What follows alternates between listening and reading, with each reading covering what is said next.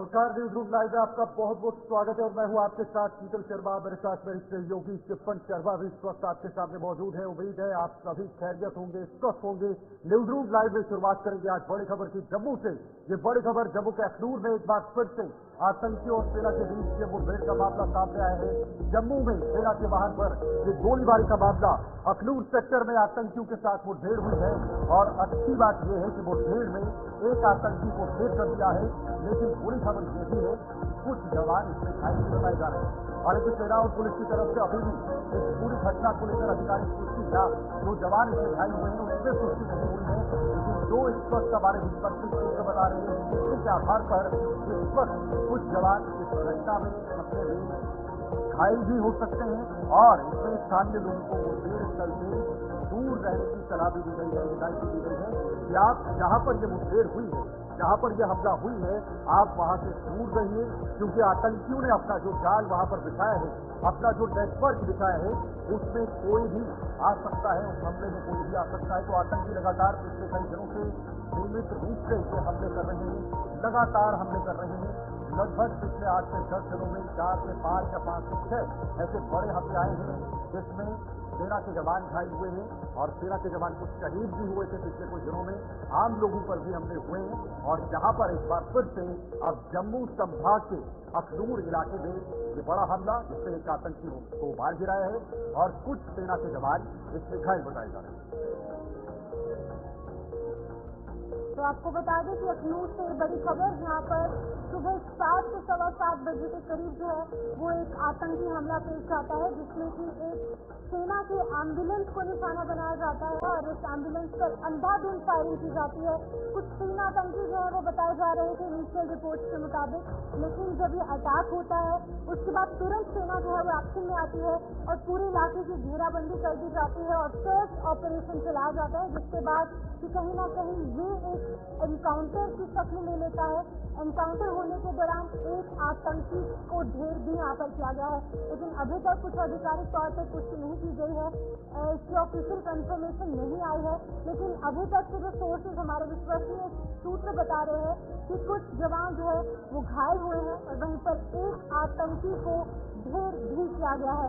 फिलहाल की अगर बात करेंगे तो पूरे इलाके को यहाँ पर वहाँ पर कॉर्डन ऑफ किया गया है, पूरे इलाके की घेराबंदी की गई है और सर्च ऑपरेशन लगातार जारी है। जो तस्वीरें अपनी स्क्रीन पर देखे हैं ये वही एम्बुलेंस है जिस पर की गोलीबारी यहाँ पर इन आतंकियों द्वारा की गई। आप साफ तौर से देख सकते हैं, गोलियों के निशान साफ तौर से देख सकते हैं।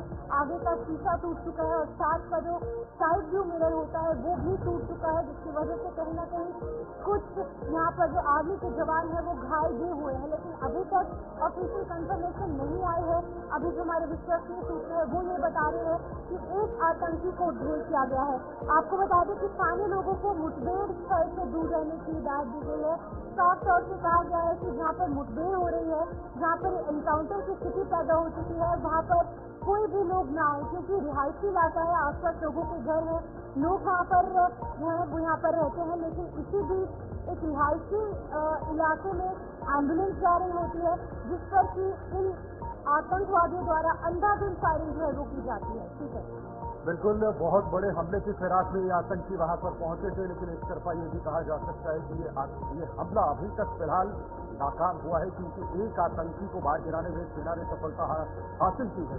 लेकिन कुछ जवानों की घायल होने की भी खबर आ रही है। हालांकि ये अभी कुछ देर तक जब सेना की तरफ से पुष्टि होगी या पुलिस की तरफ से पुष्टि होगी उसके बाद भी ये पता लग पाएगा। लेकिन बड़ा सवाल ये है कि आखिर कश्मीर और साथ में अब जम्मू के अंदर भी टारगेटेड जो हमले हो रहे हैं, चाहे वो सेना के जवान हो, सेना की गाड़ियां हो, सेना के वाहन हो या फिर आम लोग हो। शिल्पा शर्मा इस वक्त हमारे साथ इस पर ज्यादा जानकारी के लिए जुड़ी हुई है। शिल्पा, जरा बताइएगा अभी की क्या ताजा जानकारी आ रही है, क्योंकि ये बहुत बड़े हमले की कोशिश में थे, लेकिन फिलहाल एक आतंकवादी को इस हमले में मार गिराया गया। बिल्कुल, देखिए पूरी घटना क्या कुछ है, मैं शुरू से शुरुआत करना चाहूंगी। करीबन कुछ समय पहले, कुछ सेकंड पहले ही वहाँ के लोकल से हमारी जो है वो फोन पे बात हुई है। आई विटनेस है क्योंकि उसने ये पूरी तरीके से वारदात वहाँ पर जो है वो देखी है। तो आपको बता दूं कि करीबन उनका कहना है कि 6:30 बजे के करीब जो है वो 3 आतंकवादी अक्सर जो टेम्पल है, जो उस इलाके में टेम्पल पड़ता है, मंदिर पड़ता है, जो शिव जी का टेम्पल है, वहाँ पर ये 3 आतंकवादी पहुंचते हैं और वहाँ पर मंदिर में एक हॉल थे जहाँ पर आपको बता दें कि बच्चे जो है वो ट्यूशन पढ़ते हैं। बच्चे भी वहाँ पर पहुंचे हुए थे और 3 आतंकवादी वहाँ पर पहुंचते हैं। 3 आतंकवादियों के द्वारा ये पूछा जाता है बच्चों को कि क्या आपके पास फोन है, क्योंकि वो डेस्परेटली फोन की तलाश में थी, शायद वो फोन करना चाहते थे। तो बच्चों से फोन पूछा जाता है, बच्चों के द्वारा ये कहा गया कि हम यहाँ पे ट्यूशन पढ़ने के लिए आते हैं और हमारे पास फोन नहीं है। तो बच्चों को ये कहा कि आप यहाँ से चले जाइए, यहाँ पर जो है वो फायरिंग होने वाली है। ये आतंकवादियों के द्वारा बच्चों को कहा गया। उसके बाद जैसे ही बच्चे वहाँ से निकलते हैं और बच्चों ने जो है वो ये भी देखा वहाँ पर जो है वो जिस प्रकार से जो वहाँ पर मूर्तियाँ थी, क्योंकि भगवान की मूर्ति की अलग अलग मूर्ति थी, पूरी मूर्तियों को खंडित किया गया है और इस मंदिर जो है यानी कि मंदिर में जो मूर्तियाँ थी उसे खंडित किया गया। और उसके बाद ये बच्चे जो है वो यानी कि अपने परिवार की किसी सदस्य के पास पहुंचे, उन्होंने इन्फॉर्म किया और उसके बाद पुलिस को जो है वो खबर मिलती है। वहाँ पर करीबन 7-7:30 बजे जो है वो कार्रवाई निकलती है। मतलब ये कहा जा सकता है कि ये पूरा सुनियोजित ढंग से हमला किया गया है, पूरा प्री प्लान हमला लगा है। जी बिल्कुल, देखिए पूरे तरीके से हमला था, क्योंकि जो 3 आतंकवादी थे जो बताया जा रहा है कि उसमें से एक जिसमें जो है बियर्ड रखी थी, 2 क्लीन शेव थे और ये फोन की तलाश में थे और फोन ढूंढ रहे थे। बेहद ही डेस्परेट ये फोन ढूंढ रहे थे क्योंकि फोन करना चाहते थे, उन्हें फोन नहीं मिलता है। बच्चों को कहते हैं कि यहाँ पे फायर होने वाला है, आप यहाँ से चले जाइए। मंदिर में जो मूर्तियां थी उन्हें खंडित की गई और उसके बाद जो है वो आर्मी एम्बुलेंस व्हीकल पर अटैक किया गया और करीब से भी ज्यादा जो है गोलियां आर्मी एम्बुलेंस पर चलाई गई है। हालांकि जिस प्रकार से सोर्सेज बता रही है कि कुछ जवान जो है वो इसमें जख्मी हुए, लेकिन ऑफिशियल कंफर्मेशन सामने नहीं आई है। उसके बाद जिस प्रकार से ये गोलियां बरसाई गई आतंकवादियों के द्वारा, उसके बाद सर्च ऑपरेशन जो है वो इलाके में किया गया, अतिरिक्त सुरक्षा बल वहां पर भेजे गए और उसके तुरंत बाद मिलिटेंट से कॉन्टेक्ट एस्टेब्लिश होता है और एनकाउंटर शुरू होता है। और जो सोर्सेज बता रही हैं कि मिलिटेंट को फिलहाल मार गिरा है, लेकिन क्योंकि पिछले 2 हफ्तों से हम देख रहे हैं, पहले शोपियां में प्रवासी मजदूर को निशाना बनाया जाता है, गांधरबल में 7 लोग मारे जाते हैं, उसके बाद गुलमर्ग में भी यहाँ पर 3 जवान शहीद हो जाते हैं और 2 पोर्टर्स की मृत्यु हो जाती है और अब जम्मू डिवीजन में भी इसी तरीके के हमले देखने को मिल रहे हैं। हालांकि कोई गनीमत ये रही कि कोई जानी नुकसान नहीं हुआ है यहाँ पर सुरक्षा बलों को, लेकिन फिर भी किस स्ट्रैटेजी के तहत काम करने की जरूरत है, क्योंकि अभी अभी नई सरकार आई है। सरकार के आते ही लगातार आतंकवादी हमले जो है वो एक बार फिर से देखने को मिल रहे हैं। जी बिल्कुल, देखिए बेहद ही विषय गंभीर का विषय है, क्योंकि लगातार अटैक जो है वो किए जा रहे हैं आर्मी पर, आर्मी के सेना पर जो है वो अटैक किए जा रहे हैं। जिस प्रकार से अपने कहा कि 7 लोग जो नॉन लोकल थे उन पर जो है वो गोलियां बरसाई, उन्हें निशाना बनाया गया, उन्हें मार गिराया गया। जम्मू संभाग आप देखिए फेस्टिवल भी आने वाले हैं, तो कहीं न तो बेहद ही गंभीर का ये विषय है। और इस पर जिस प्रकार से पिछले दिनों की बात करें तो मनोज सिन्हा के द्वारा जो है वो मीटिंग भी ली गई थी, जहाँ पे डीजीपी और कई सीनियर अधिकारी वहाँ पर मौजूद थे। तो ये बेहद ही गंभीर का विषय है और इस पर जो है वो पूरी तरीके से सेना जो है मुंह तो जवाब देने के लिए भी तैयार है और मुंह तो जवाब भी दे रही है। कहीं न कहीं इस समय की अगर मैं बात करूँ तो एक ऐसी स्ट्रैटेजी जो है वो बनानी पड़ेगी जिस मिलिटेंट अटैक के वक्त पर ये मिलिटेंट अटैक थम गए थे, चुनाव से पहले ये मिलिटेंट अटैक जो है वो थम गए थे, चुनाव जैसे ही महत्वपूर्ण बात ये भी निकल कर आ रही है हमले से, जो आपने शुरुआत में कहा कि मूर्तियों को खंडित किया गया है, मूर्तियों में तोड़फोड़ हुई है। क्या इससे एक धार्मिक जो भावना है, धार्मिक आस्था है, उसको चोट पहुंचाने की कोशिश की गई है? और दूसरा सवाल, क्या सांप्रदायिक सौहार्द जो एक है, जो इस तरह की चीजें हैं, क्या उसको भी यहाँ पर थोड़ा सा कहीं न कहीं टूल देने की कोशिश की जा रही है, उसको बिगाड़ने की कोशिश की जा रही है, ताकि धर्म के नाम पर या इस तरह से आस्था के नाम पर चोट पहुंचाई जाए और एक संप्रदाय आके सामने आके कहीं न कहीं सीधे निकलकर सामने आए? तो क्या इस एंगल से भी अब आतंकवाद काम करने की कोशिश कर रहा है? कुछ मकसद रहा है, क्यों मूर्तियों को उन्होंने खंडित किया है? क्योंकि वो वापस फोन के लिए पहुंचे थे मंदिर में, क्योंकि वहाँ पे उन्होंने बच्चों को देखा था, कुछ लोगों को देखा था, तो वो फोन के लिए वहाँ पर पहुंचे थे, 10 की फोन की तलाश में थे, किसी को फोन करने के लिए वहाँ पर पहुंचे थे। ये मिलता है क्या कर रहा है, क्यों उन्होंने मूर्तियों को खंडित किया है? देखिए एक तरफ देखा जाए तो हिंदू की आस्था के साथ भी खिलवाड़ है, हिंदू के जो धर्म है साथ भी कहीं न कहीं खिलवाड़ करते हुए जो है वो नजर आ रही है और मूर्तियों को पूरी तरीके से खंडित किया है। इसके पीछे का उनका रीजन क्या कुछ है, वजह क्या कुछ रही है, उसकी जानकारी नहीं है, लेकिन कहीं न कहीं ये हिंदू आस्था के साथ जो है वो जरूर खिलवाड़ किया गया है।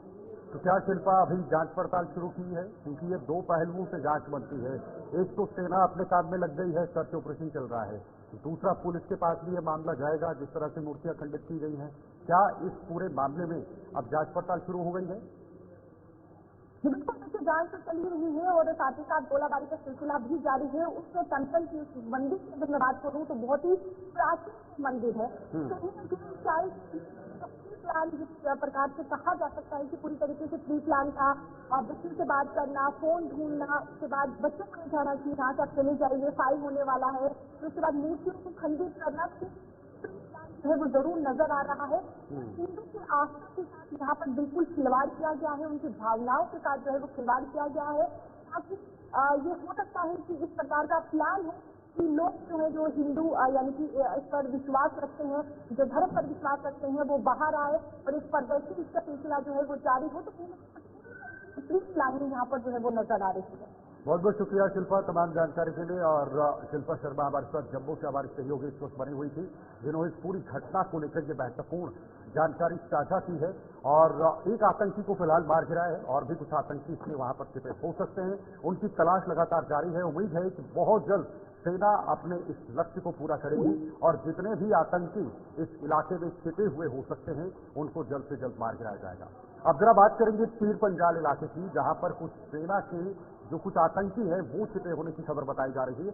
यानी आतंकियों की घटनाओं के साथ साथ अब आतंकियों की जो संख्या है वो भी बढ़ती हुई नजर आ रही है। पीर पंजाल के इस खास इलाके में खासतौर पर पुलिस ने आतंकियों की तस्वीरें भी जारी कर दी है और जो तस्वीरें जारी की हैं उसमें आधुनिक हथियार भी दिखाए गए हैं। यानी आधुनिक हथियारों से लैस ये पाकिस्तानी आतंकवादी जम्मू कश्मीर के अंदर पीर पंजाल के इलाके में इस वक्त सक्रिय नजर आ रहे हैं और पुलिस ने इनकी तस्वीरें भी जारी कर दी, ये फोटोज जारी कर दी हैं। जम्मू कश्मीर की ये बड़ी खबर, पीर पंजाल में आतंकियों की मौजूदगी बढ़ गई है और पुलिस ने आतंकियों की तस्वीरें भी जारी की हैं, उनके पिक्चर्स जारी किए हैं और इन पिक्चर्स में इन तस्वीरों में सीधे तौर पर अब तकनीकी रूप से लैस ये हथियार भी देख सकते हैं कितने स्ट्रांग और कितने मजबूत नजर आ रहे हैं।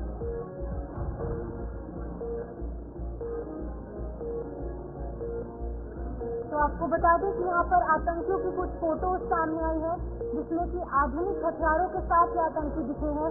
सेना और पुलिस जो है उसके बाद अब अलर्ट हो चुकी है, लगातार काम किया जा रहा है। क्योंकि अगर हम पीर पंजाल राजौरी पुंछ जो ट्रेन डिस्ट्रिक्ट है यहाँ की बात करेंगे तो लगातार 2023 की शुरुआत से ही यहाँ पर एक बार फिर से आतंकवाद पनपने लगा है।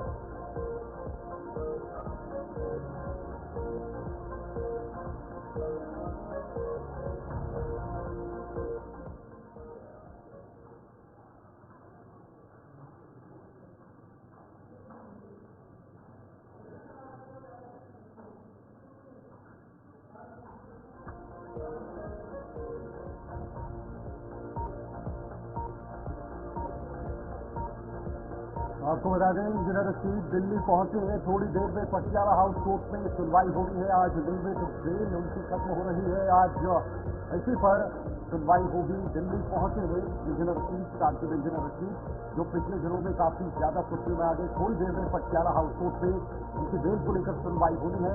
आज इंजीनियर रशीद की बेल खत्म हो रही है और इसी को लेकर आज जो है वो कोर्ट भी फैसला सुनाएगा। जमानत को लेकर कोर्ट अपना फैसला भी सुनाएगा। उसके बाद ये साफ होगा कि क्या इंजीनियर रशीद को बेल दी जाएगी या नहीं।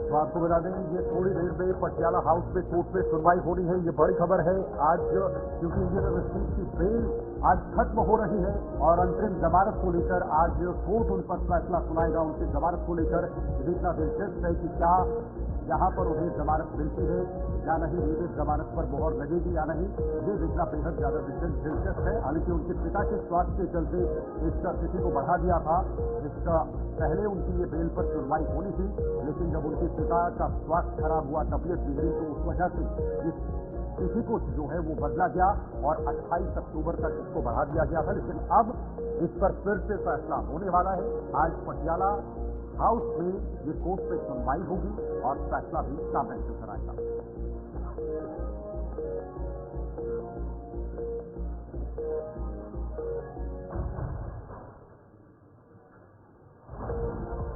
चलो फिलहाल इस वक्त फोन लाइन पर ताबिश कमाल हमारे साथ दिल्ली से हमारे सहयोगी ज्वाइन हो चुके हैं। ताबिश, आज इंजीनियर रशीद की जो बेल है वो भी खत्म हो रही है और थोड़ी देर में ही ये फैसला होगा। पहले सुनवाई होगी, उसके बाद फैसला होगा।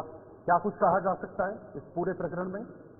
देखिए, फिलहाल अभी इंजीनियर रशीद एयरपोर्ट से निकले हैं और वो जेल की तरफ जा रहे हैं। उनको पहले सरेंडर करना होगा, उसके बाद से आगे की प्रक्रिया पूरी की जाएगी। यानी सीधे अभी फिलहाल वो एयरपोर्ट से निकलकर जेल की तरफ जा रहे हैं। अभी कुछ देर पहले हमारी उनसे बात हुई है, वो भी रास्ते में है और वो सीधे तिहाड़ जेल पहुंचेंगे और तिहाड़ जेल से सीधे वो पहले सरेंडर करेंगे और सरेंडर करने के बाद आगे की कार्रवाई की जाएगी।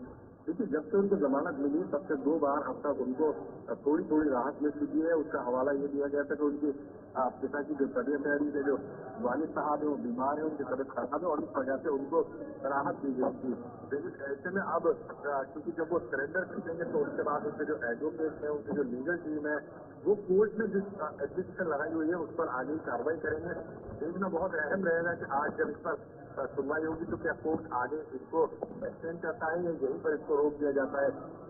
देखिए, अभी फिलहाल जो हवाला दिया जा रहा है उनके पिता की तबीयत का दिया जा रहा है और एनआईए ने पिछली बार जब बेल के उनके थोड़ा समय बढ़ाया गया था तो एनआईए ने उस वक्त उसकी मुखालफत नहीं की थी। एनआईए ने कहा था कि हमने जो कागज है वो चेक किए हैं, उनके पिता की जो तबीयत है वो खराब है और इस वजह से उसकी हम जो जमानत तलाश कर सकते उसका हम सोच नहीं कर रहे हैं। तो ऐसे में आज बहुत अहम रहेगा कि जब वो सरेंडर कर देते हैं तो सरेंडर करने के बाद क्या आगे की प्लानिंग रहेगी, क्या कोर्ट का फैसला तय करना है, इस पर थोड़ा इंतजार करना होगा अभी। बिल्कुल, देखिए जो आरोप उन पर लगे थे पिछले कुछ दिनों में जब वो बेल पर बाहर आए थे, और जाहिर सी बात है प्रचार प्रसार का अकेले आए थे, विधानसभा चुनाव का प्रचार प्रसार होना था, उस समय कई आरोप लगे थे कि इनको जानबूझकर छोड़ा गया है, एक पार्टी के राजनीतिक लाभ के लिए या राजनीतिक लाभ के लिए उनको बाहर लाया गया है। अभी की इस पूरी स्थिति के बाद क्या लगता है, क्या कोर्ट की तरफ से अगला कदम होने वाला है? ये कह पाना बहुत मुश्किल है किस तरह के वहाँ पर वो अपनी तरफ से कागज लगाते हैं। तो पिछली बार जो जमानत से बढ़ाया गया था वो उनके पिता की तबीयत खराब होने जेल में लगाया गया उनके, और ये कहा गया था कि उनके वालिद की तबीयत खराब है और इसलिए वो थोड़ा समय और जमानत पर बाहर रहना चाहते हैं। तो ऐसे में एनआईए की तरफ से कहा गया था कि हमने जो कागज है उनके पिता के जो मेडिकल लीगल डॉक्यूमेंट है वो चेक किए हैं और हकीकत में उनके पिता की तबीयत खराब है और इसलिए उसका समय बढ़ा दिया गया था। लेकिन अब क्योंकि ये बार बार प्रोसेस नहीं किया जा सकता, उनको सरेंडर करना ही होगा और आज सुबह 10:30 बजे का समय दिया गया था। लेकिन समय ऊपर नीचे हो सकता है। तो ऐसे में अभी फिलहाल वो एयरपोर्ट से निकले हैं और सीधा आज जेल पहुंच रहे थे और वहाँ पर वो सरेंडर करेंगे और आगे कार्रवाई बाद से की जाएगी। लेकिन पहले उनको सरेंडर करना होगा, तभी उसके बाद आगे कार्रवाई की जाएगी। और जहाँ तक पॉलिटिकल तमाम सवालिया निशान उठेंगे कि जब आप किसी पॉलिटिकल पार्टी के सरबराह होते हैं। ठीक है, तो अभी बहुत बहुत शुक्रिया आपका ये जानकारी साझा करने के लिए। ये आज थोड़ी देर के बाद पता लगेगा कि आखिर इंजीनियर रशीद का जो इस वक्त बेल का मामला है वो क्या आगे बढ़ेगा या फिर इसी तरह से लटकता हुआ नजर आएगा। वक्त थोड़े से ब्रेक का है, फॉर लॉस।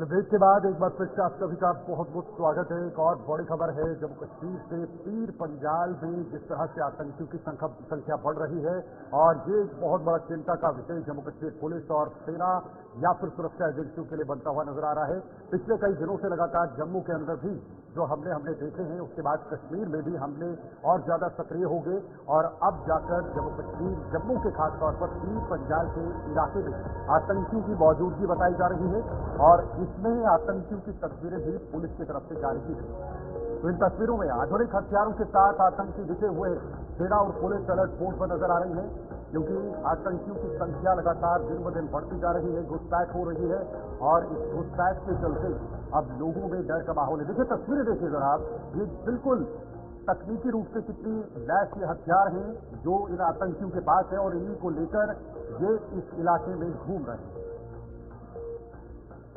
बिल्कुल आपको बता दें कि तस्वीरें आपकी स्क्रीन पर हैं। ये वही तस्वीरें हैं जो पुलिस की तरफ से यहाँ पर साझा की गई है। पुलिस ने ये तस्वीरें सामने रखी है। पीर पंजाल में इन आतंकियों की मौजूदगी सक्रिय रूप से नजर आ रही है। एक्टिवली ये आतंकी जो है पीर पंजाल इलाकों में जो है वो काम कर रहे हैं।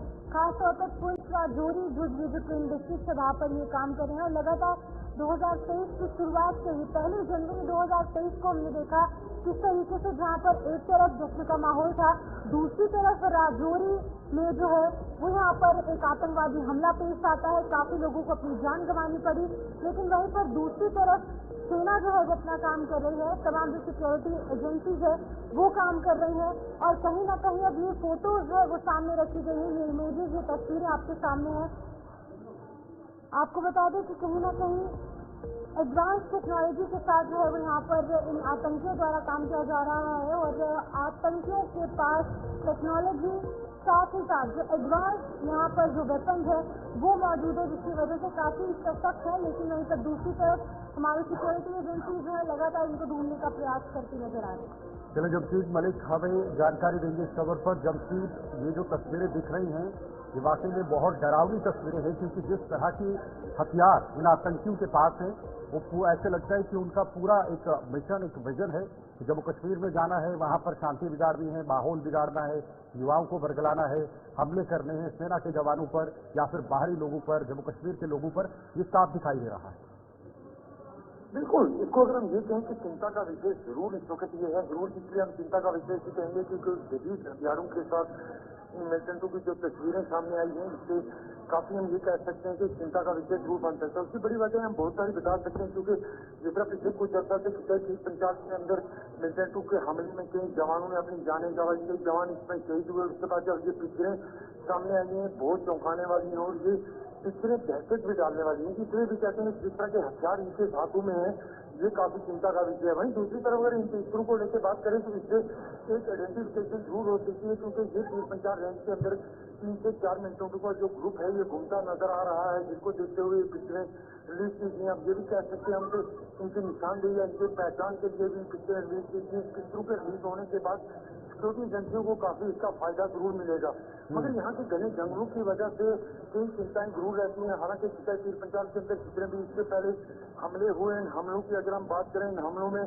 मिलिटेंट हमला करने के बाद भाग निकलने में कामयाब हुए। मतलब जिस तरह ये पिक्चर अब रिलीज हुई है, इन पिक्चर के रिलीज होने के बाद हम ये कह सकते हैं कि सिक्योरिटी एजेंसियां काफी इनके करीब तक पहुंच चुकी हैं। जहां तक पिक्चरें अगर सिक्योरिटी एजेंसी के पास पहुंच चुकी हैं तो उसका मतलब है कि सिक्योरिटी एजेंसी इनके नजदीक पहुंच चुकी है। इस तरीके से अगर हम 2023 की बात करेंगे तो 1 जनवरी 2023 से ही कहीं ना कहीं लगातार आतंकी वारदातें राजौरी पुंछ में देखने को मिली। हमने देखा जहाँ पर एक तरफ जश्न का माहौल था, वहीं पर दूसरी तरफ 1 जनवरी 2023 से ही ये जो आतंकवादी गतिविधियां हैं वो बढ़ने लगी हैं और आज तक ये आतंकवादी गतिविधियां कहीं ना कहीं जारी। किस स्ट्रैटेजी के तहत काम करने की जरूरत है हमारी सिक्योरिटी एजेंसी को और किस तरीके से काम किया जा रहा है? देखो, काम करने की जहां तक बात है, काम करने के लिए पहले ही सेना की तरफ से सिक्योरिटी एजेंसी की तरफ से कदम उठाए गए जरूर, मगर 1 जनवरी 2023 के बाद पीर पंजाल रेंज की अगर बात करें तो इसका हालात काफी उस वक्त खराब हुए जब घांगरी के अंदर बेगुनाह लोगों का कत्ल किया गया। उसके बाद कई बड़े हमले हमने राजौरी पुंछ के अंदर देखे, चाहे जम्मू पुंछ हाईवे की बात करें, यहाँ पर कई बड़े हमले देखे। उसके बाद कई पिक्चरें इनकी तरफ से रिलीज हुई, उसके बाद मिलिटेंटों की तरफ से चाहे वीडियो रिलीज की गई हो, मगर जिस तरह आज ये पिक्चरें रिलीज हुई है इससे हम ये मान के चल सकते हैं कि सिक्योरिटी एजेंसियों को काफी इसका फायदा मिलेगा, क्योंकि अगर ये लोग कहीं देखे जाते हैं सिक्योरिटी एजेंसी के रिक्वेस्ट भी किए लोगों से कि वो इनका अगर कहीं देखते हैं तो उनकी फौरी इतला दें। दूसरी बात यहाँ तक अगर जिला के अंदर की बात करें, क्योंकि ये जो पिक्चरें रिलीज हुई आप देख सकते होंगे घने जंगल के अंदर की पिक्चरें, ये जो तस्वीरें सामने आई है क्या ये पता लगा पाए हैं आप यहाँ पर सिक्योरिटी एजेंसी की कहाँ के रहने वाले हैं, इनकी आइडेंटिटी क्या कुछ, इनके नाम क्या कुछ है? भाई ये कहना बहुत मुश्किल होगा कि ये फॉरनर हैं या जम्मू कश्मीर के लोकल मिलिटेंट हैं, मगर ये कहना बहुत मुश्किल है। मगर जिस तरह के हालात लग रहे हैं, जिस तरह के इनके पास जदीद हथियार देखने को मिल रहे हैं, इससे हम ये मान के चल सकते हैं कि पाकिस्तानी मिलिटेंट हो सकते हैं। क्योंकि आज सुबह जिस तरह अखनूर के अंदर एक हमला हुआ है वहाँ भी इनकाउंटर के बाद जिस तरह ये पिक्चरें अब राजौरी पुंछ से इनकी रिलीज की गई हैं, ये काफी चिंता का विषय भी जरूर, इसलिए भी हम इसको कह सकते हैं कि जिस तरह के हथियार इनके पास देखने को मिल रहे हैं वो चिंता का विषय। इसको देखते हुए सिक्योरिटी एजेंसी की तरफ से पिक्चर रिलीज की गई है ताकि इनको फायदा, सिक्योरिटी एजेंसी को इसका फायदा मिल सके। मगर जिस तरह की ये पिक्चरें सामने आई, इसमें आप देख सकते होंगे घना जंगल और घने जंगल के अंदर पहाड़ी इलाका, और ये कह सकते हैं किसी टॉप इलाका है जहाँ पे पिक्चरें रिलीज हुई हैं। और इन पिक्चरों के रिलीज होने के बाद ये हम जितना कह रहे हैं सिक्योरिटी एजेंसी ने पिक्चरें रिलीज की हैं। हालांकि पूरी तरह सिक्योरिटी एजेंसी की तरफ से ये चीज साफ नहीं की है, उनकी तरफ से पिक्चरें रिलीज की है, मगर हमारे जो जराये या सूत्र हमारे वो ये जरूर बता रहे हैं कि पुलिस की तरफ से पिक्चरें इसलिए रिलीज करी ताकि इसका कोई बेनिफिट मिल सके। मगर जिस तरह सिक्योरिटी एजेंसी ने इस पिक्चरों के बाद कड़े कदम और कई इलाकों को जो खास इलाके हैं उन इलाकों में बड़े पैमाने पर सर्च ऑपरेशन भी पिछले कुछ दिनों से राजौरी पुंछ के अंदर देखने को मिल रहा है। हम इससे ये मान के चल सकते हैं कि राजौरी पुंछ के अंदर ये 4 से 5 मिलिटेंटों का जो ग्रुप एक्टिव है, इसकी अब तीसरा पिक्चरें पूरी तरह साफ आ चुकी हैं। इससे हम ये मान के चल सकते हैं जल्द कोई बड़ी कामयाबी भी मिल सकती है। जबकि जिस तरह के हथियार दिखाई दे रहे हैं उससे जाहिर सी बात है सेना को और भी ज्यादा मुस्तैद और तैयार रहना पड़ेगा, सावधान रहना पड़ेगा, सतर्क रहना पड़ेगा, क्योंकि आतंकियों के पास बहुत ही खतरनाक हथियार नजर आ रहे हैं। तो क्या प्लानिंग अब सेना और पुलिस की तरफ से हो सकती है इन आतंकियों को ढूंढने की, इनसे मुकाबला करने की, क्योंकि बहुत बड़ी यहाँ पर चुनौती है। बिल्कुल चुनौती इसको हम जरूर मान के चल सकते हैं, क्योंकि जिस तरह के हथियार इनके सामने नजर आ रहे हैं, इससे पहले अगर जम्मू कश्मीर के अंदर मिलिटेंसी के दौरान देखते थे AK-56 या AK-47 देखने को मिलती थी, उसके बाद M4 भी देखने को मिली। अब जिस तरह के हथियार इनके सामने आ रहे हैं हम ये मान के चलते हैं बड़े चैलेंज जरूर है, क्योंकि इस तरह के जदीद हथियार काम ही जम्मू कश्मीर के अंदर मिलिटेंसी में देखने को मिले, जिस तरह की पिक्चरें अब वायरल हुई हैं। मगर जिस तरह मैं ये कह रहा हूँ कि जिस तरह पिक्चरें रिलीज हो चुकी हैं, अगर पिक्चरें सिक्योरिटी एजेंसी तक पहुंच चुकी हैं तो सिक्योरिटी एजेंसी भी जल्द इन तक पहुंच जाएगी। मगर जब बड़ा फायदा जिसका मेंशन लेते हैं वो यही चीज है कि घने जंगल, पहाड़ी इलाका और दूर दराज का इलाका है। पहाड़ी इलाकों का फायदा लेकर या कोई अटैक करने के बाद इन घने जंगलों के अंदर ये छुप जाते हैं, जिसके बाद जितना आप देख सकते हो इन पिक्चरों में साफ तरीके से आप देख सकते होंगे कि इसके पीछे पूरा घना जंगल है, घने जंगल के अंदर की ये पिक्चरें, उसके बाद पहाड़ी इलाका और ऐसा लग रहा है कि ऊंची पहाड़ी पर बैठ के पिक्चरें खींची गई हैं, जिसके बाद ये पिक्चरें दूर सामने आ सकती हैं। मगर जिस तरह आप देख सकते हो इसके पीछे एक मैदानी इलाका, पहाड़ी इलाका और पूरा टॉप का इलाका, और ये मान के चल सकते हैं कि ऊंची पहाड़ी पर जाके ये पिक्चर ली गई है। और ये पूरा इलाका अगर पीर पंचार रेंज की बात करें तो पूरा पहाड़ी इलाका है। पहाड़ी इलाका होने के बाद घना जंगल और घने जंगल का ही फायदा लेते हैं। और जिस तरह ये पिक्चरें जो रिलीज हुई हैं, पिक्चर की हम ये मान के चल सकते हैं ये टॉप पीर पंचाल के कुछ टॉप इलाके हो सकते हैं, टॉप चोटियां पहाड़ियां हो सकती हैं जहाँ से ये पिक्चरें अब खींची गई हैं, जहाँ इसके बाद ये रिलीज हुई है।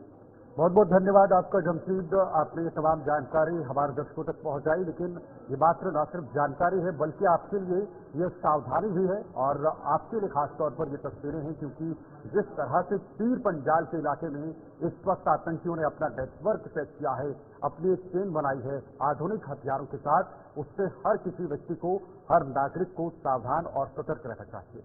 अब जरा बात करेंगे अगली बड़ी खबर की जो इस वक्त आ रही है, जिसमें स्पेन के पीएम से प्रधानमंत्री मोदी की मुलाकात और बड़ोदरा दौरा आज होने वाला है। स्पेन पीएम के साथ पीएम मोदी का ये रोड शो आज होना है, और रोड शो के दौरान रास्ते में सांस्कृतिक कार्यक्रम भी होगा।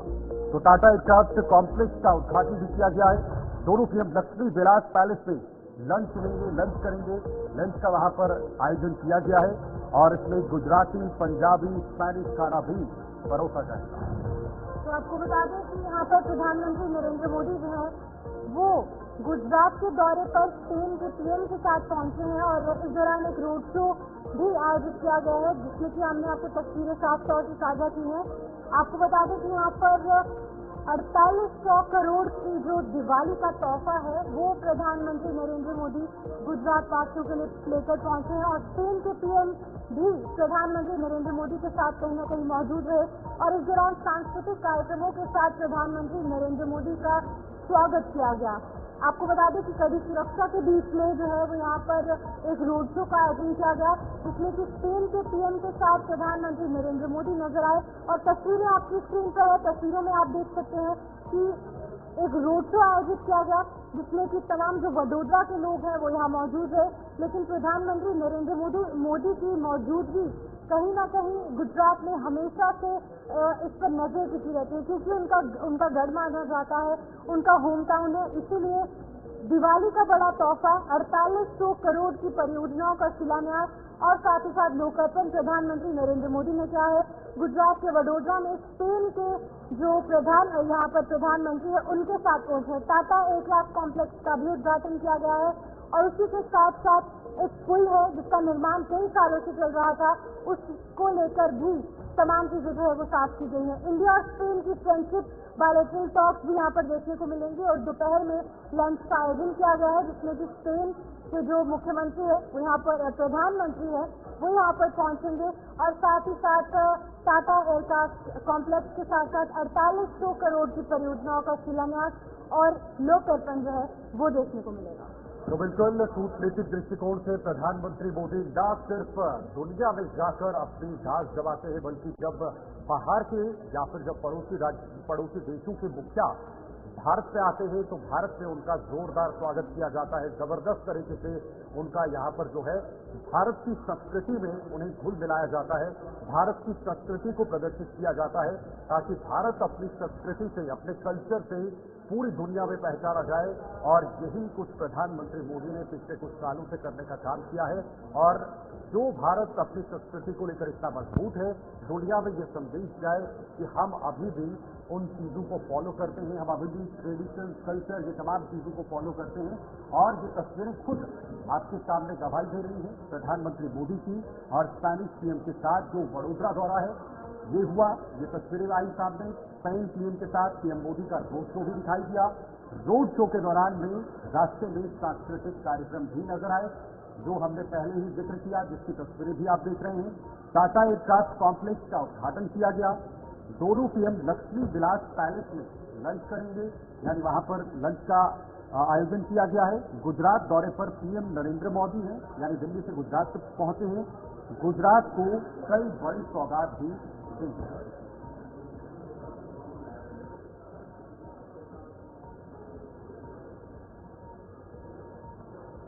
तो चलिए अब जरा आपको बताते हैं, इस वक्त प्रधानमंत्री मोदी गुजरात से लाइव हैं, आइए आपको दिखाते हैं। बनने जा रहा है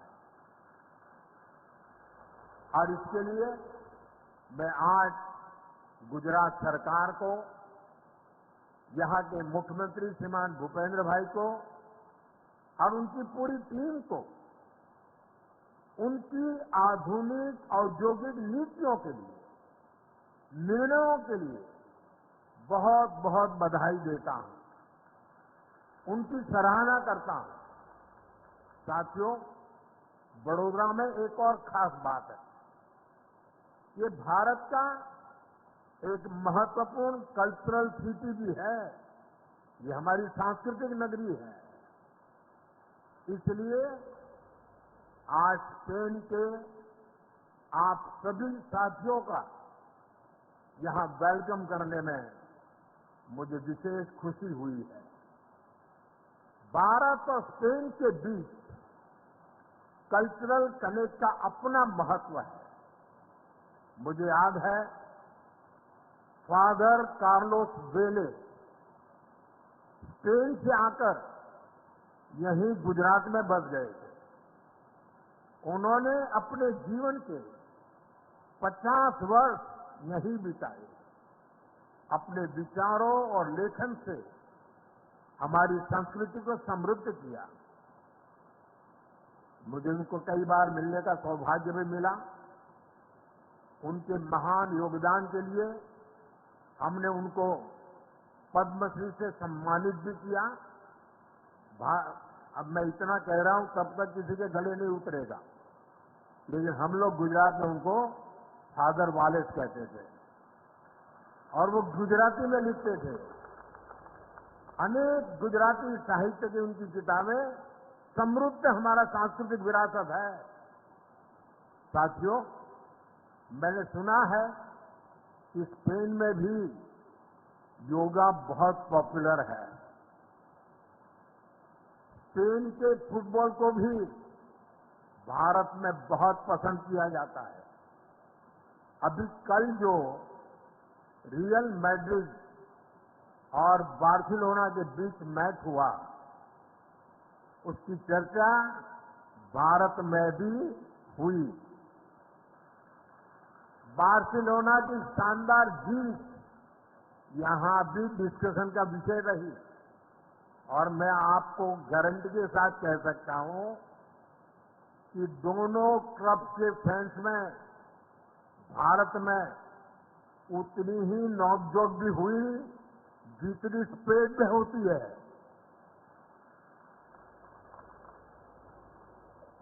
साथियों, फूड, फिल्म और फुटबॉल सभी में हमारे रिश्ते strong people to people connect से जुड़े हैं।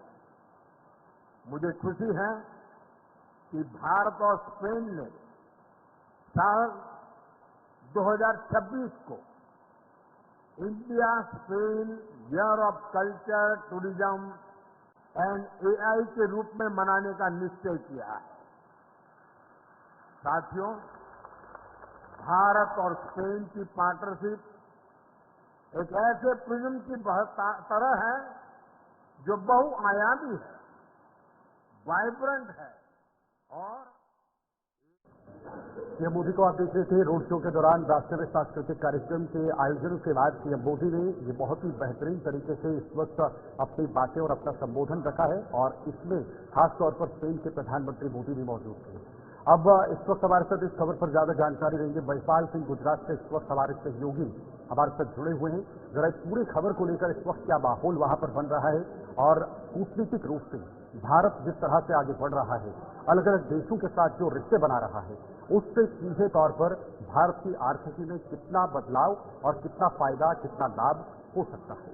महिपाल, स्पेन के पीएम का दौरा, भारत दौरा और प्रधानमंत्री मोदी के साथ उनका मिलना, ये सांस्कृतिक कार्यक्रम, ये तस्वीरें साफ तौर पर बता रही हैं कि भारत पूरी दुनिया को ये मैसेज देना चाहता है कि भारत जो है अभी भी उन पुरानी संस्कृतियों के आधार पर आगे बढ़ रहा है और यही इसकी मजबूती भी है।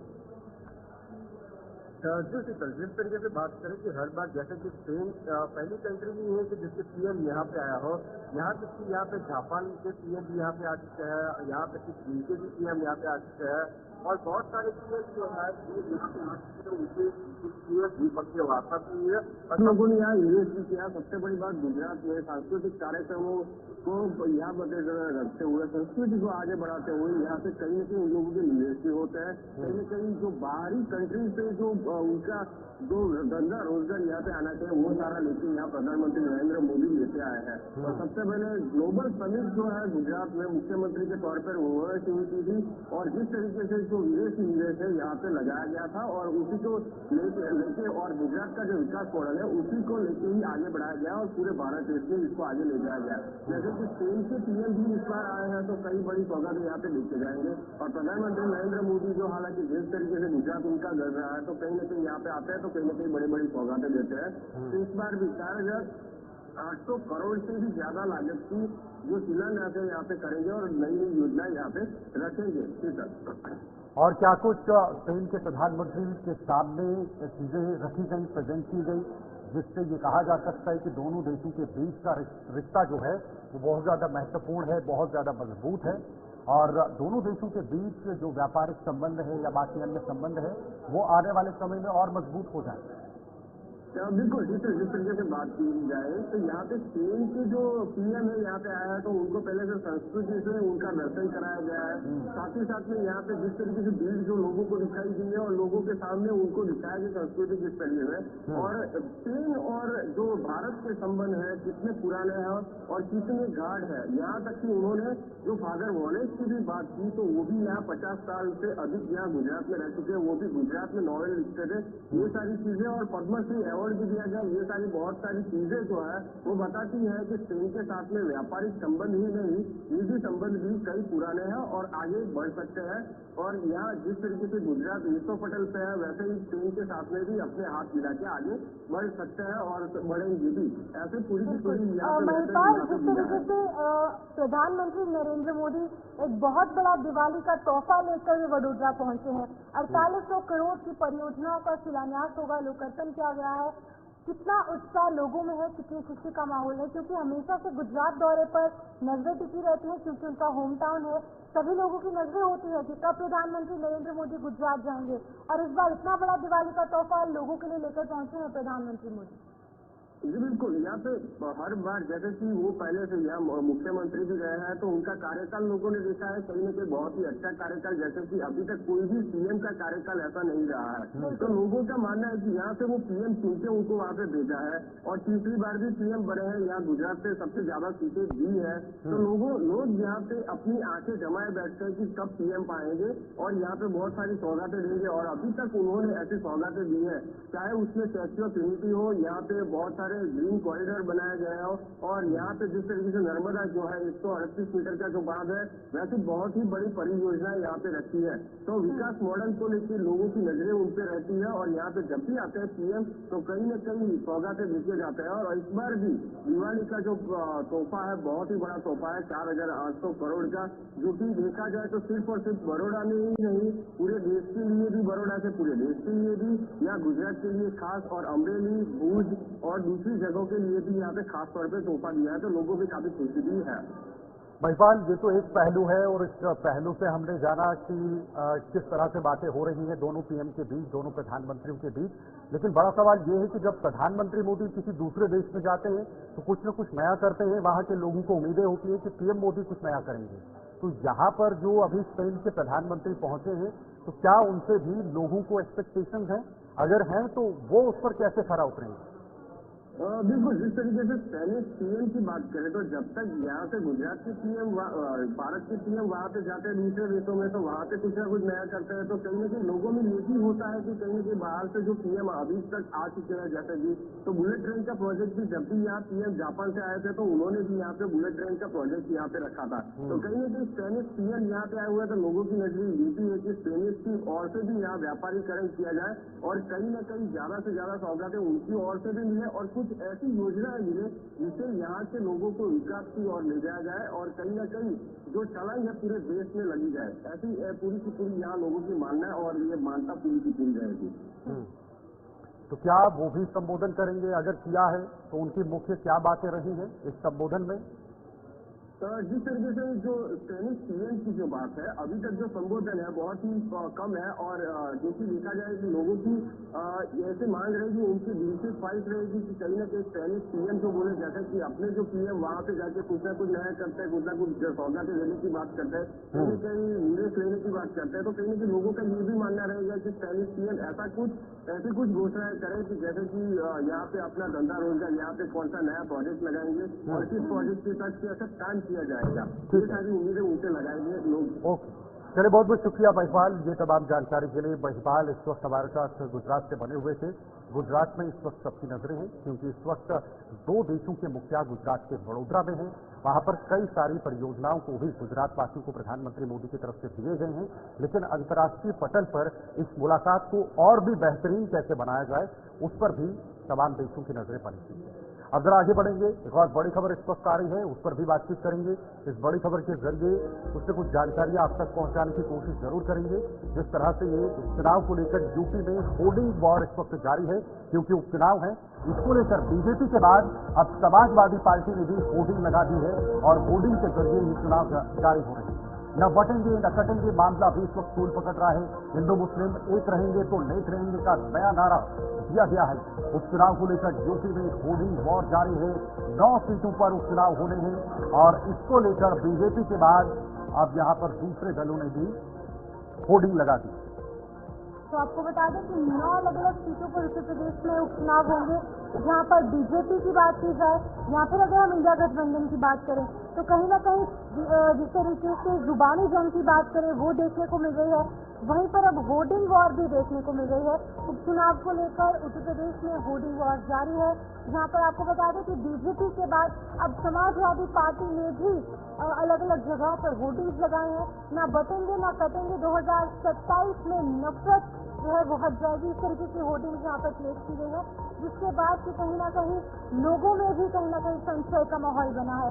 उपचुनाव को लेकर तैयारियों के साथ साथ जिस तरीके से हमने देखा कि जुबानी जंग, जहां पर बीजेपी के नेता जो है वो इंडिया गठबंधन पर तमाम सवाल उठा रहे हैं, कटाक्ष कर रहे हैं, आरोप प्रत्यारोप लगा रहे हैं, वहीं पर दूसरी तरफ होर्डिंग वॉर भी देखने को मिल रही है। हिंदू मुस्लिम एक रहेंगे तो नेक रहेंगे का नारा यहाँ पर दिया गया है। जहां पर समाजवादी पार्टी के होर्डिंग्स आप साफ तौर से अपनी स्क्रीन पर देख सकते हैं। बीजेपी के बाद अब समाजवादी पार्टी भी इस होर्डिंग वॉर के मैदान में उतर चुकी है। ना बटेंगे ना कटेंगे, 2027 में नफरत वाले हटेंगे, इस तरीके के कुछ नारे दिए गए हैं। दो नारे यहाँ पर निकलकर सामने आए हैं, जहाँ पर एक है हिंदू मुस्लिम एक रहेंगे तो नेक रहेंगे, और दूसरा नारा यहाँ पर यह है ना बटेंगे ना कटेंगे, 2027 में नफरत वाले हटेंगे। 2027 का जिक्र इसलिए यहाँ पर किया गया है क्योंकि 2027 में उत्तर प्रदेश में विधानसभा चुनाव होने हैं, जिसके पहले की अभी 9 अलग अलग सीटों पर उपचुनाव होंगे, जिसको लेकर कटाक्ष अलग अलग नेताओं द्वारा, अलग अलग राजनीतिक दलों द्वारा लगातार देखने को मिल रहा है। और अब होर्डिंग वॉर, ये एक नई तरीके की कोल्ड वॉर जो है सभी राजनीतिक दलों में शुरू हो चुकी है। एक तरफ इंडिया ब्लॉक है, दूसरी तरफ एनडीए अलायंस है। बिल्कुल सही कहा आपने, और ये नई बात नहीं है, पहले भी हमने कई बार देखा है चुनाव से पहले किस तरह से एक दल दूसरे दल पर या दलों के आपस में जो है वो इस तरह की चीजें देखने को मिलती हैं। लेकिन ये अब होर्डिंग के जरिए जो एक संदेश दिया जा रहा है, इससे लोगों में जाहिर सी बात है एक नकारात्मक संदेश जा रहा है। रजा अब्बास संवाददाता हमारे इस वक्त फोन लाइन पर है। रजा, अब होर्डिंग वार शुरू हो चुका है उत्तर प्रदेश के उपचुनाव से पहले, ये क्या संदेश, क्या मायने इसके निकाले जा सकते हैं? देखिए किशन, आपने बिल्कुल सही कहा। अब होर्डिंग पे सियासत हो रही है। जैसे योगी आदित्यनाथ की यानी जो बचेगा वो कटेगा, इसको लेकर जो है हिंदू मुस्लिम एकता को लेकर समाजवादी की होर्डिंग होती है। तो ये कहीं कहीं सियासी दांव पे चल रहा है होर्डिंग पे, यानी समाजवादी पार्टी और भारतीय जनता पार्टी की होर्डिंग के जरिए वोटों को, मतदाताओं को अपनी तरफ अट्रैक्ट करने की कोशिश कर रही है। चुनाव करीब 9 चुनाव पर है। उसके बाद 2027 का जो चुनाव है वो करीब है। तो समाजवादी पार्टी और भारतीय जनता पार्टी होर्डिंग सियासी मार्ग चल रहा है। वहां पे निषाद पार्टी भी जो है वो निषाद सहारा लता के लिए इस तरह के होर्डिंग निषाद पार्टी की तरफ से निषाद जो उत्तर प्रदेश सरकार में वो भी लग गई है। तो इस तरह से एक पॉलिटिकल वार चल रहा है। पॉलिटिकल वार रजा, जब आपकी बात देखने वाली बात होगी, जब आपकी बात भी राजनीतिक एक्सपर्ट से होती है, जो पॉलिटिकल पंडित है उनसे होती है, तो इसके मायने क्या निकाले जाते हैं? क्या ये भी पोलराइजेशन का एक हिस्सा है, एक अंग है, इसके तहत राजनीति की जा रही है? देखिए, आपको एक बात बता दूं कि यहाँ पे उत्तर प्रदेश में जो चुनाव होता है वो ग्लैमरस चुनाव होता है। तो ग्लैमर पैदा करने के लिए होर्डिंग के माध्यम से वोटों को, अपने मतदाताओं को अपनी तरफ अट्रैक्ट करना कि आपका नेता किसी भी एंगल से कमजोर नहीं है। वो चाहे होर्डिंग पॉलिटिकल वार हो, चाहे क्षेत्र में जाके जनता के बीच में वार हो, यानी ये पॉलिटिकल सियासी वार है। और ये उत्तर प्रदेश में चुनाव, देखिए दूसरे प्रदेशों में उत्तर प्रदेश के चुनाव में फर्क है। दूसरे प्रदेशों में चुनाव होता है तो चुनाव की सरगर्मी जो होती है वो 3 या 2 महीने या 4 महीने पहले होती है। उत्तर प्रदेश में अभी 2027 को टाइम है, मगर अभी से वो घमासान, वो शोरगुल, वो हलचल होर्डिंग के माध्यम से जहाँ पर जो चुनाव है वो भारत में कहीं और प्रदेश में जो उस तरह के चुनाव होते हैं वहां से विपरीत तस्वीर होती है उत्तर प्रदेश की। तो उत्तर प्रदेश अब धीरे धीरे जो तरफ बढ़ रहा है। तो क्या रजा, इसको ये माना जा सकता है जिस तरह से जो लोकसभा चुनाव हुए उसमें बीजेपी बैकफुट पर नजर आई, वहां से एक हार का डर, एक संशय बना हुआ है कि क्या इन उपचुनाव में क्या होगा? और अगर उपचुनाव बीजेपी के हित में नहीं होते हैं तो जाहिर सी बात है इसका सीधा असर चुनाव में होगा, विधानसभा चुनाव में होगा। तो क्या ये एकमात्र हथियार है इस वक्त बीजेपी के पास जिसको अपने वोटर्स को लुभाया जा सकता है? बिल्कुल, आपने बहुत ही वाजिब सवाल पूछा है। आपको अहम बात बता दें कि उत्तर प्रदेश में जो चुनाव है वो सबसे परीक्षा और इम्तिहान जो है मुख्यमंत्री योगी आदित्यनाथ के है, क्योंकि central body, governing body Bharatiya Janata party के चीफ मिनिस्टर, उन्होंने बहुत सवाल मुख्यमंत्री उठाए थे कि 2024 जो 27 की समाजवादी पार्टी लेकर आई है और भारतीय जनता पार्टी की सीटें कम हुई है, इसको लेकर कहीं न कहीं सवाल निशान योगी आदित्यनाथ की जो भूमिका है, मुख्य खाली भूमिका है, उस पर उठाता है, जिसको लेकर योगी आदित्यनाथ की सारी समान उपचुनाव के अपने हाथ में ले रखा है। यहाँ तक संगठन को भी निर्देश योगी आदित्यनाथ हैं, प्रदेश अध्यक्ष को भी समान हम नहीं हाथ में भले से वो संजय सिंह चौधरी हैं, मगर उनको भी आदित्यनाथ देते हैं। उपचुनाव का पूरा सिस्टम योगी आदित्यनाथ ने अपने हाथ में रखा है और वो ये फाइनल है, फाइनल एग्जाम है, फाइनल एग्जाम तो 2027 में सेमीफाइनल के लिए योगी आदित्यनाथ के लिए शुरू है। कहीं न कहीं पॉलिटिकल सिस्टम योगी आदित्यनाथ की संभालना और उसको अच्छे से रिजल्ट देना, भारतीय जनता पार्टी के साथ में लाना, ये बहुत बड़ा इम्तिहान है योगी आदित्यनाथ। तो क्या इस पोस्टर्स का सीधा असर इन उपचुनाव में देखा जा सकता है? जो किसी की दल की तरफ से भी लगाया गया। हालांकि विपक्ष ने कहा है कि न कटेंगे न बटेंगे, 2027 में ये बयान देने वाले हटेंगे, नफरत वाले हटेंगे। देखिए, हर पार्टी का अपना एक पॉलिटिकल एजेंडा है। हर पार्टी में जातिवाद वोट बैंक होता है। वोट बैंक के साथ जो है उन वोट बैंक को अपने साथ साधना और जोड़े रखना और फिर उनको वोट में परिवर्तित करना, ये बहुत बड़ी भूमिका होती है सियासी पार्टी के लिए। तो भारतीय जनता पार्टी और समाजवादी पार्टी इसी को लेकर ग्लैमरस वार खेल रही है, क्योंकि ग्लैमरस चुनाव उत्तर प्रदेश में होता है कि कौन इसका बल बड़ा छवि बनी, इसको लेकर ये वोटों में दिखाया जा रहा है कि हम मौजूद हैं हर लड़ाई लड़ने के लिए। और कहीं न कहीं प्रदेश में ऐसी मतदाता इस तरह के ग्लैमरस रूप से खुश होकर मतदाता कहीं न कहीं अटैच होते हैं पार्टी की तरफ। कहीं न कहीं ये एक बहुत बड़ा पॉलिटिकल वॉर में तब्दील होने जा रहा है। रजा, इस बयान का समर्थन आरएसएस और बाकी हिंदू संगठन है उन्होंने भी किया है। देखिए, सबसे बड़ी चीज ये है कि भारतीय जनता पार्टी का एक हार्डकोर वोटर है, उसको हमेशा भारतीय जनता पार्टी जो करीबन 25 से 35% वोट बैंक माना जाता है उत्तर प्रदेश में, उसको अपनी तरफ अट्रैक्ट करने के लिए इस तरह का वार जरूरी भारतीय जनता पार्टी समझ रही है। मगर उसका पलटवार समाजवादी ने जो दिया है कि हमें एक रहना है, बचना नहीं है, वो ये दिखा रहे हैं कि भारत उत्तर प्रदेश के एक साथ तमाम जाति तमाम धर्म को एक साथ लेकर चलेंगे तो हम इसमें विजय होंगे। चलिए, बहुत बहुत शुक्रिया रजा, ये जानकारी साझा करने के लिए। हालांकि ये सियासी वार है और सियासी वार के चलते इस तरह के पोस्टर, इस तरह के मैसेज, इस तरह के संदेश वाकई में समाज को बांटने का काम कर सकता है। हालांकि ये सियासत है और देखना होगा कि सियासत का रुख किस तरफ जाएगा। अब आपको लिए चलते सीधे दिल्ली, जहां पर इस वक्त कांग्रेस के नेता अलका लांबा और साथ ही साथ विनेश फोगाट ये प्रेस कॉन्फ्रेंस कर रहे हैं। मांगती रही, दिल्ली पुलिस की हिम्मत नहीं हुई, ठीक उसी तरह जिस तरह के अधवारा में उत्तर प्रदेश की हिम्मत नहीं हो रही, एफआईआर नहीं होने दी। सुप्रीम कोर्ट जाना पड़ा बेटियों को, तब एफआईआर भाजपा के पूर्व सांसद ब्रजभूषण शरण के खिलाफ। लेकिन दिल्ली पुलिस से पूछना चाहते हैं क्या हुआ उस मामले का, एफआईआर कार्रवाई कब होगी, कब ब्रजभूषण को बुलाकर पूछताछ करके हमारी बेटियों को आप न्याय देंगे। संदीप सिंह पर गंभीर आरोप लगे, हरियाणा का पूर्व मंत्री, मजबूर किया भाजपा को। जिस तरह से ब्रजभूषण शरण की टिकट कटी, वैसे ही पूर्व मंत्री हरियाणा के संदीप सिंह की भी टिकट कटी। आधी आबादी की जीत है। प्रज्वल रेवन्ना आज हार जाता है और जेल में है, आधी आबादी की जीत है। हम विश्वास दिलाते हैं देश की सादी आबादी को।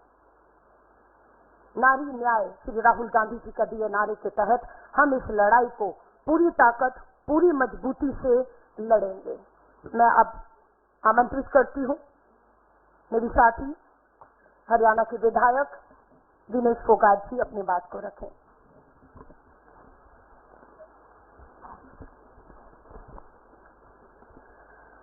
सबसे पहले तो आप सबको नमस्कार। मैं धन्यवाद देती हूँ आपका कि आप महिलाओं के इस मुद्दे पे इतनी संख्या में आप आए हैं हमारी बात को सुनने, हमारी बात को देश तक पहुंचाने के लिए। एक महिला होने के नाते, एक बेटी होने के नाते, एक खिलाड़ी होने के नाते और आज एक विधायक होने के नाते मैं हर एक उस महिला को ये विश्वास दिला सकती हूँ कि जो लड़ाई हमने सड़क से लेके स्टार्ट की थी, उस लड़ाई को लड़ने के लिए आपके बीच में मैं विधानसभा में पहुंच गई हूँ। कोई भी बहन और कोई भी बेटी जिसको ये लग रहा है उनके साथ में गलत हो रहा है, उसके साथ में हम खड़े हैं, पूरा समाज खड़ा है। आपको हिम्मत हारने की जरूरत नहीं है। आपके साथ में जैसे हमारे साथ में पूरा देश खड़ा था। आज रोशनी जायसवाल की बात नहीं है, हर उस महिला की बात है जो गलत के खिलाफ में आवाज उठाती है, उसका चरित्र हनन किया जाता है। वो ये नहीं देखा जाता, बीजेपी के आईटी सेल द्वारा ये नहीं देखा जाता कि ये खिलाड़ी हैं, ओलंपिक के मेडलिस्ट हैं, ओलंपिक में खेलने गए हैं, देश का प्रतिनिधित्व किया है, देश के लिए मेडल जीते हैं। जब मैं ओलंपिक्स में जा रही थी तब भी मेरा उतना ही मेंटल हरासमेंट किया जा रहा था जितना आज रोशनी जायसवाल का किया जा रहा है, सिर्फ इसीलिए क्योंकि हम उन ताकतवर लोगों के खिलाफ बोलने की हिम्मत बनाए रखते हैं। बोलने की हिम्मत है, लड़ने का जज्बा है। उसको तोड़ने के लिए कैसे एक महिला के विचारों को, उसकी भावनाओं को, उसकी हिम्मत को तोड़ा जाए, वो बीजेपी से अच्छा कोई नहीं जानता है, उससे हमसे अच्छा कोई नहीं जानता है। दिल्ली में प्रेस कॉन्फ्रेंस आप देख रहे थे, कांग्रेस की प्रेस कॉन्फ्रेंस, कांग्रेस के नेता अलका लांबा और अभी चुनी हुई विधायक विनीश फोगाट की एक संयुक्त प्रेस कॉन्फ्रेंस देखी, जिन्होंने अपने मुद्दे इस प्रेस कॉन्फ्रेंस के जरिए सबके सामने रखा है। न्यूज रूम लाइव में आज के लिए फिलहाल इतना ही। कल फिर हाजिर होंगे, तब तक के लिए दीजिए इजाजत। नमस्कार।